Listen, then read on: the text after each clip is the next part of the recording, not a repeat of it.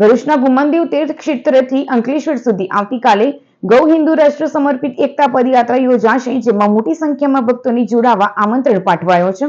ગૌ સંરક્ષણ, હિન્દુ એકતા અને રાષ્ટ્ર સમર્પણના સંદેશ સાથે ગૌ હિન્દુ રાષ્ટ્ર સમર્પિત એકતા પદયાત્રાનું આયોજન યાત્રા ધામ ગુમાનદેવ ખાતેથી આગામી 24 જૂન 2026 બુધવારના રોજ કરવામાં આવ્યો છે। આ કાર્યક્રમ ગુમાનદેવ પીઠ સાથે સંકળાયેલા ભક્ત પરિવાર દ્વારા આયોજિત કરવામાં આવ્યો છે। પદયાત્રા સવારે 10 વાગે પ્રસ્થાન કરશે। સાંજે 4 વાગે અંકલેશ્વરના કલ્યાણેશ્વર મહાદેવ સિદ્ધિવિનાયક મંદિરે આગમન બાદ સામૂહિક હનુમાન ચાલીસા પાઠ, ધર્મસભા તથા અન્ય ધાર્મિક કાર્યક્રમો યોજાશે। ત્યારબાદ સાંજે 7 વાગે શ્રી રામ અખંડ જ્યોત પાઠ અને સાધુ સંતોના આશીર્વચનનો કાર્યક્રમ યોજાશે।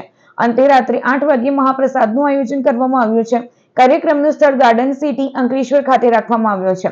આયોજકોએ શ્રદ્ધાળુઓ અને હિન્દુ સમાજના લોકોની મોટી સંખ્યામાં જોડાઈ કાર્યક્રમને સફળ બનાવવા અપીલ કરી છે।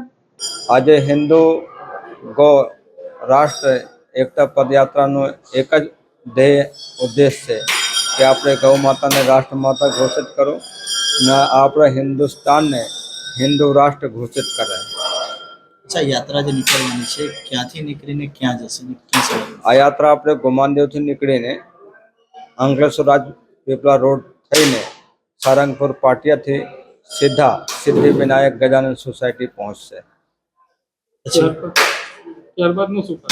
ત્યારબાદ ત્યાં હનુમાન ચાલીસાનો સામૂહિક પાઠ થશે અને રાષ્ટ્રને હિન્દુ રાષ્ટ્ર ઘોષિત કરવા માટે બધા લોકો મળીને પ્રાર્થના કરશે ગજાનન ભગવાનને, અને જે કલ્યાણેશ્વર મહાદેવ મંદિર છે ત્યાં પણ દર્શન કરશે।